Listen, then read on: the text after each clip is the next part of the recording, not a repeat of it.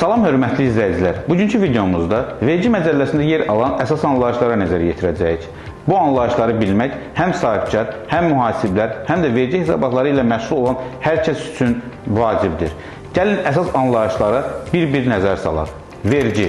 Vergi fiziki və hüquqi şəxslərin dövlətə məcburi şəkildə ödədiyi ödənişlərdir.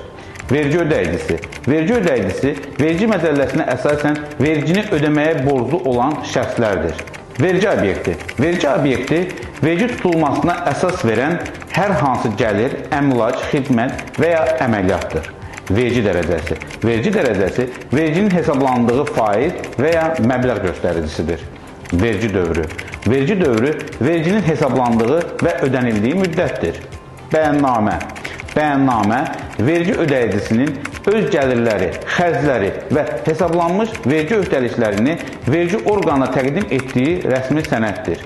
Vön vergi ödəyicisinin eyniləşdirmə nömrəsi. Vön vergi ödəyicilərinə məxsus unikal identifikasiya nömrəsidir. Hər bir sahibkar və hüquqi şəxs bu nömrə ilə tanınır və sistemdə qeydiyyata alınır. Sadələşdirilmiş vergi. Sadələşdirilmiş vergi kiçik sahibkarlıq subyektləri üçün sadə vergi üsuludur.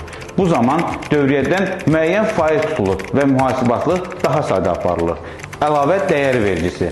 Əlavə dəyər vergisi mal və xidmətlərin satışına tətbiq olunan dolayı vergidir. Vergi güzəştləri və azad olmalar. Vergi güzəşti vergi ödəyicinə qanunla verilən imtiyazdır.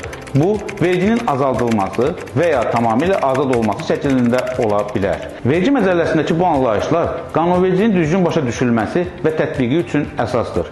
Bu anlayışları nə qədər yaxşı bilsəniz, vergi hesabatı aparmaq, uçot təşkil etmək və qanuni fəaliyyət göstərmək bir o qədər asan olar.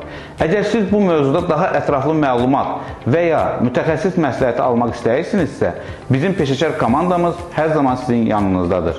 Suallarınız olarsa şərhlərdə yazın və ya bizimlə əlaqə saxlayın. Videonu bəyəndinizsə paylaşmağı və kanalımıza abunə olmağı unutmayın.